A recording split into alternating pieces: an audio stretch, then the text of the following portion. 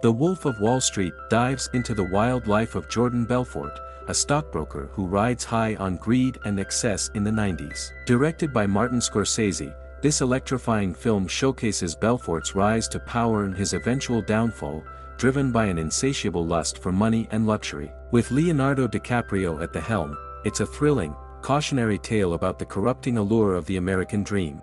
The movie opens with a TV advertisement for Stratton Oakmont Incorporated. It discusses the nature of Wall Street brokers, describing them as bulls or lion. A lion walks through one of the floors of the company that we next see a large group of brokers playing a game where they throw little people onto a board with a dollar sign for a bull's eye. Jordan Belfort, Leonardo DiCaprio, then introduces himself among those playing this game. He tells us that he is the son of two accountants living in Bayside, Queens. Ever since he started working on Wall Street, Jordan has enjoyed a life of endless drugs and countless hookers of his choosing. He is seen blowing cocaine into a hooker's butt, and then later flying a helicopter while hopped up on Quaalude. We also see him driving his Ferrari and getting a blowjob from a woman revealed to be his wife Naomi LaPaglia, Margot Robbie. According to Jordan, he does enough drugs to sedate the majority of New York's population. The one drug he loves the most, however, is the one that can make man conquer the world, and that is money. He snorts a line of coke with a $100 bill, crumples it up, and then tosses it in a wastebasket. When he was 22 years old, Jordan began working on Wall Street while married to a woman named Teresa Petrillo, Kristen Milioti. He starts working as a broker and he meets his smooth-talking, easygoing boss Mark Hanna, Matthew McConaughey, along with another abrasive and foul-mouthed co-boss, Peter de Blasio, Barry Rothbart. Jordan is astonished at how everybody talks and works. He has lunch with Mark, who is doing a rhythmic chant while pounding his chest. Mark orders enough martinis for them to pass the fuck out. He asks Jordan how many times he jerks off. Jordan says about 3 or 4 times a week. Mark says those are rookie numbers and that he does it at least twice a day. He starts babbling to Jordan about how nobody knows if the stocks will go up, down, sideways, or whatever, and that it's all a fugazi. Mark's primary reason for going into stocks was pretty much just for hookers and blow. He gets Jordan to join in the money chant. Jordan starts his first day with his broker's license on what happens to be October 19, 1987, aka Black Monday. The stocks around the world plummet, and Jordan loses his job. At home, Teresa suggests they pawn her engagement ring as he looks through the jobs section in the paper. He comes across one place in Long Island, Investor Center, located in a small mini shopping center. Jordan shows up to Investor Center in a suit. The place is merely a small establishment that hardly looks professional, with most of the brokers dressing casually, the office being a dingy, unkempt workspace. Jordan is greeted by Dwayne "Spike" Johns, the man who runs the place. He assigns Jordan to pitch a sale for a company called Aerotime, a small company out of a garage in Dubuque, Iowa. Aerotime is also a pink sheet, low-value stock and he will receive 50% of the commission. Jordan calls a potential investor about Aerotime. He sells it to him as a huge company. We're treated to a pic that shows it looking no bigger than a tool shed, but the way he pitches it draws everybody's attention. Everybody in the office stops what they're doing to listen to Jordan, who makes a very slick but also very professional sales pitch. He succeeds in making the sale and his new co-workers are impressed. After a few months, Jordan is making serious money. He is approached in a diner by a chubby bespectacled man with fluorescent white teeth named Donnie Azoff, Jonah Hill. He asks Jordan if the Jaguar outside is his car, to which Jordan says yes. Donnie says he lives in the same apartment building as Jordan and mentions he works selling children's furniture. He asks Jordan how much money he makes, and Jordan says he made $72,000 the previous month. Not believing it, Donnie asks to see a pay stub for $72,000. Jordan pulls one out, and Donnie calls his boss to tell him he's quitting to go into stocks. Jordan and Donnie have drinks at a bar. We learn that Donnie married his cousin because he didn't like the idea of anybody else trying to sleep with her. Outside, Donnie smokes some crack and offers some to Jordan. He takes one hit and gets pumped, telling Donnie they need to go running. The two find a garage where they plan to set up a business. Jordan recruits some of his friends to join. They include Robbie Feinberg, Brian Saka, nicknamed Pinhead, Alden Kupferberg, Henry Zabrowski, nicknamed Sea Otter, Chester Ming, Kenneth Choi, Nikki Koskoff, P.J. Byrne, nicknamed Rugrat because of his shoddy toupee, and Brad, John Bernthal. Brad is especially well known for making drug sales in his old neighborhood. Jordan tells Brad to sell him a pen that he pulls out of his pocket. Brad tells him to write something on a napkin. Jordan says he doesn't have a pen, and Brad sells it to him. Jordan also brings along several guys from Investor Center, including a guy called Toby Welch, Ethan Suplee. Jordan and Donnie set up what is basically a boiler room in an abandoned auto garage. The guys are all set up at desks, ready to make calls with a script that Jordan wrote for them. They start with blue chip stocks like Disney and AT&T. Jordan calls one investor to purchase stocks in Kodak. Jordan anticipates closing the deal by making crude sexual gestures to everyone just as the investor signs on. From there, Jordan creates Stratton Oakmont and forms it into a much larger business with even more brokers working for him. He has groups of ambitious and hopeful brokers clamoring in his office showing off their resumes to his face. As one Strattonite makes a sale, the whole floor celebrates, with a marching band and a big group of hookers. They even have one female employee get her head shaved if Jordan pays her $10,000 for her to use for breast implants. Over the next few years, news of Stratton Oakmont's success gets around, from Forbes magazine to the FBI, specifically Agent Patrick Denham, Kyle Chandler. Forbes does a hatchet piece on Jordan, calling him a sleazy Robin Hood and dubbing him the Wolf of Wall Street. Jordan is at first angry about it, but Teresa tells him there's no such thing as bad publicity, and more young and eager brokers flock to his office. They bring on Jordan's father, whom everyone refers to as Mad Max, Rob Reiner, due to his constantly irritable attitude. He oversees his son's accounts and berates him and his partners for spending $26,000 for a dinner, interrupting their chat about using the little people for their game, as seen earlier. Jordan throws a party at his Long Island beachfront house where he announces a plan to take the company into the fucking stratosphere. He is about to explain to us the effects of Quaaludes, but Donnie suddenly rises and slowly goes over to Jordan's pool table in slow motion, mumbling the name, Steve Madden. Steve Madden, as Jordan notes, was the big name in women's shoe. Jordan then sees Naomi for the first time. He runs down to introduce himself, inviting her to join him on his jet ski. Donnie's wife Hildy, Mackenzie Meehan, sees this and tries to get Jordan away from Naomi by saying Teresa needs his help.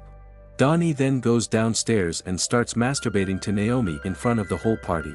Jordan takes Naomi out to dinner one night. When he takes her home, she invites him to her apartment for some tea. Jordan is extremely tempted by her, right before she steps out of her room fully nude. The two have sex for 11 seconds before Jordan tries to get it going again. He continues his affair with Naomi for a while before Teresa catches Jordan doing coke off her breasts in the back of a limo. She pulls Jordan out and starts smacking him. She tearfully asks him if he loves Naomi, but he doesn't reply. Narrating again in voiceover, Jordan says he felt bad about hurting Teresa, and then filed for divorce. 3 days later, Naomi moves into Jordan's apartment. She hires a decorator to redo the place to Jordan's liking, and she also hires a gay butler named Nicholas, John Spinagatti.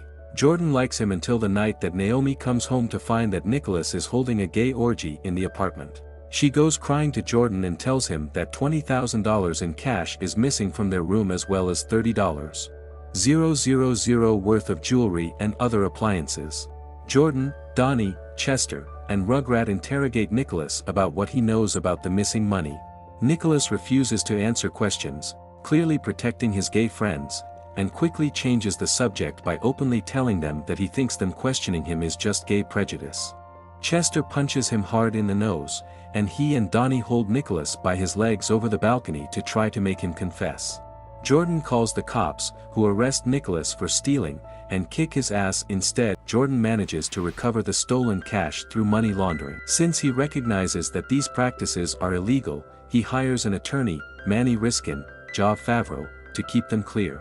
All Jordan cares about is that he's making more money than he and anybody else can know what to do with. Jordan proposes to Naomi with a yellow diamond ring and she accepts. He holds a bachelor party in Las Vegas, where even the plane ride consists of a lot of hookers, alcohol, and a lot of cocaine. The wedding is also a pretty big event.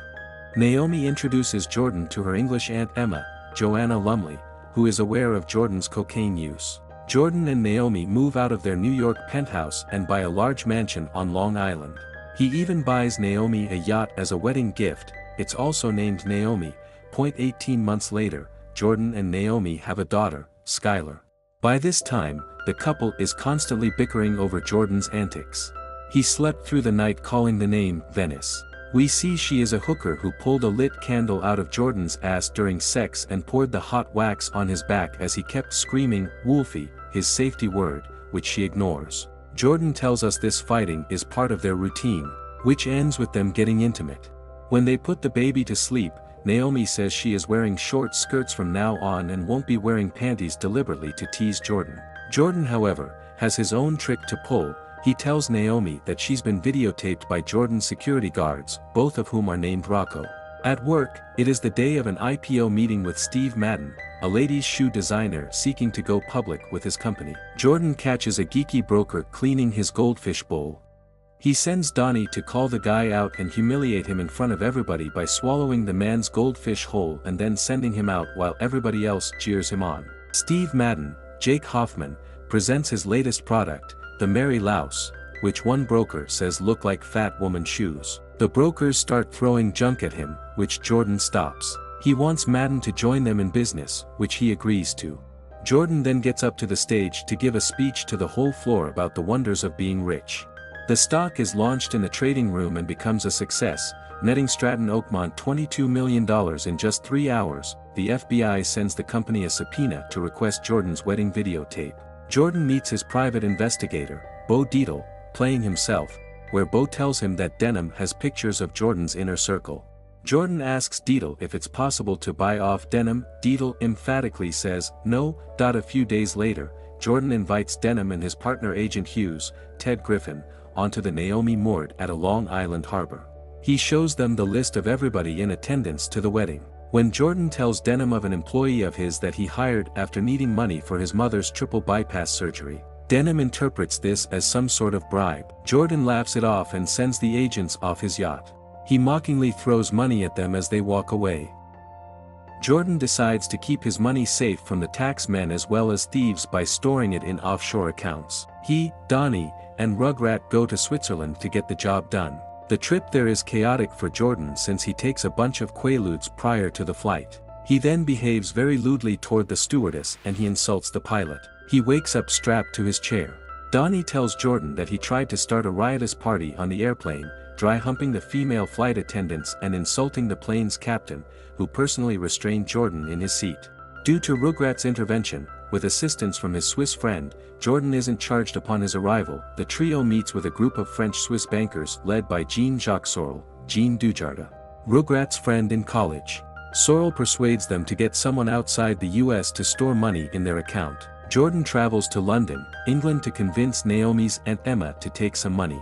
This also leads to Jordan unsuccessfully trying to hit on her. They also use Brad's Slovak wife Chantal, Katarina Cass, to smuggle money in with her family. Donnie and Brad get into an argument that ends with Brad punching Donnie out. Sometime later, Donnie drives out to a seedy Long Island strip mall to make an exchange with Brad. Brad had specifically asked Jordan to make sure Donnie didn't arrive at the meeting drugged out, but Donnie appears to be anyway. After a few moments, Donnie reveals that he isn't actually stoned for the meeting and begins to provoke Brad. Donnie had taken very personally the fact that Brad had hit him. They get into another argument with the cops watching nearby. Donnie drops his briefcase of money and flees, leaving Brad to get arrested. Donnie brings to Jordan a strong brand of quaaludes called Lemon 714, a very rare version of the drug. The two take a pill each and watch Family Matters on the TV, but feel no effects after 35 minutes. They take more and still feel nothing. They find out that they expired in 1981. Naomi, pregnant again, goes downstairs to find the two working out. She tells Jordan that Bo Dietl is on the line. Dietl tells Jordan to go call him from a payphone. Jordan drives to a country club to use the payphone there. Dietl tells him about Brad getting arrested, and that Denim has Jordan's home and work phones tapped. Just then, Jordan starts to finally feel the effects of the lemons taking effect. He starts slurring his words and then collapses to the floor, unable to stand or walk. He crawls outside, rolls down the steps, and manages to open the door of his Lamborghini. Naomi calls him to say that Donnie is calling Sorel.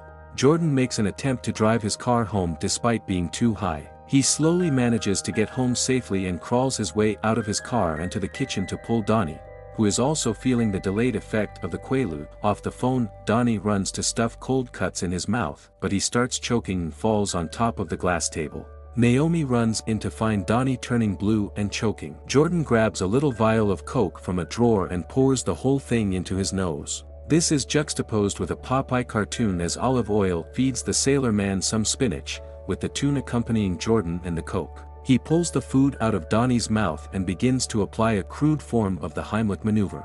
Jordan pauses for a few seconds, thinking he'll let Donnie die, until Naomi reminds him that Donnie has a family. Jordan finally gets Donnie to cough up the food he was choking on. Jordan wakes up the next morning to find the police in his house. They arrest him when they show him his Lamborghini, with notable damage despite Jordan thinking he got the car home in one piece. A flashback shows us that Jordan didn't make it home without damaging his car, hitting several other cars, a few golf carts and a mailbox. He is released after it's determined they have no proof Jordan was ever behind the wheel of the car. Manny and Max tell Jordan he got lucky. Another few months later, Jordan holds a big meeting on his floor to announce that he is stepping down from the company to pass it on to Donnie, Pinhead, and Rugrat. He calls out one woman for starting at Stratton with barely 2 nickels to rub together, and now living rich. He tells the brokers he loves all of them, moving them to tears. Jordan then changes his mind and decides to stay, leading to cheers. He gets everybody to join him in the money chant. His father is not pleased,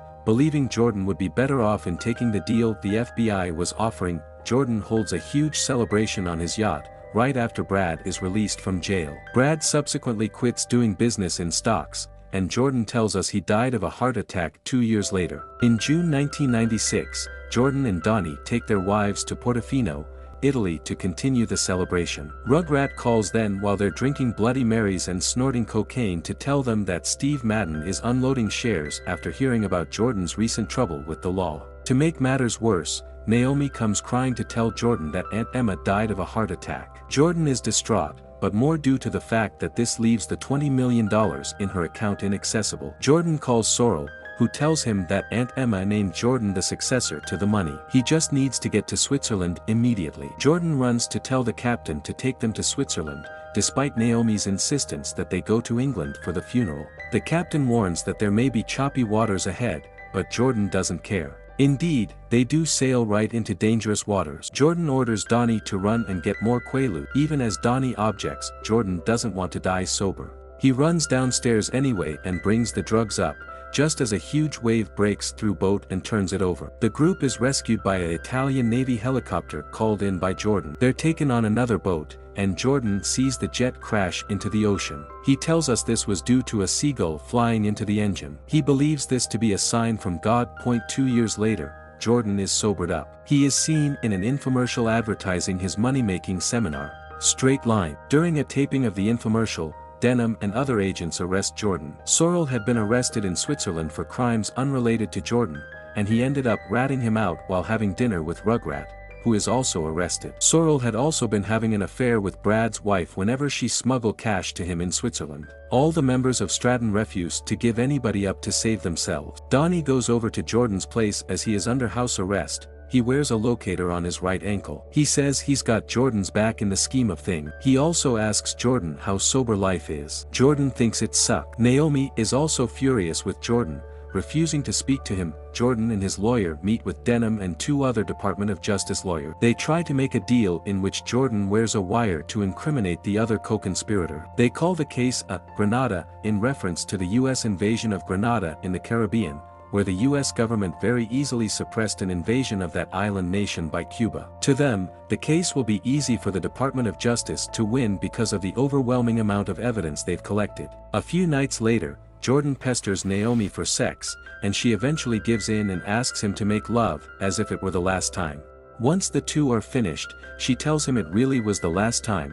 She intends to file for divorce, and tells Jordan that unless he agrees to every condition that she demands, a quick divorce, full custody of the 2 kids and half of his remaining wealth, she'll take out a restraining order that will bar Jordan from ever contacting her or the kids again. Jordan becomes enraged and insults her. She slaps him and he hits her back harder. He storms into a small sitting room and cuts open one of the sofa cushions, removing a bag of cocaine. He snorts a good-sized amount and runs into Skylar's room, taking from her bed. Over Naomi's panicked protests, he runs downstairs to leave with Skylar. Naomi and the Belforts maid try to stop Jordan as he drives the car out of the garage, but he ends up crashing into a wall just a few yards away. Skylar is unharmed as she was wearing her seatbelt, but Jordan suffers a head injury. Naomi takes Skylar out of the car. As a dazed Jordan gradually realizes he will probably never see his 2 daughters again after this latest incident.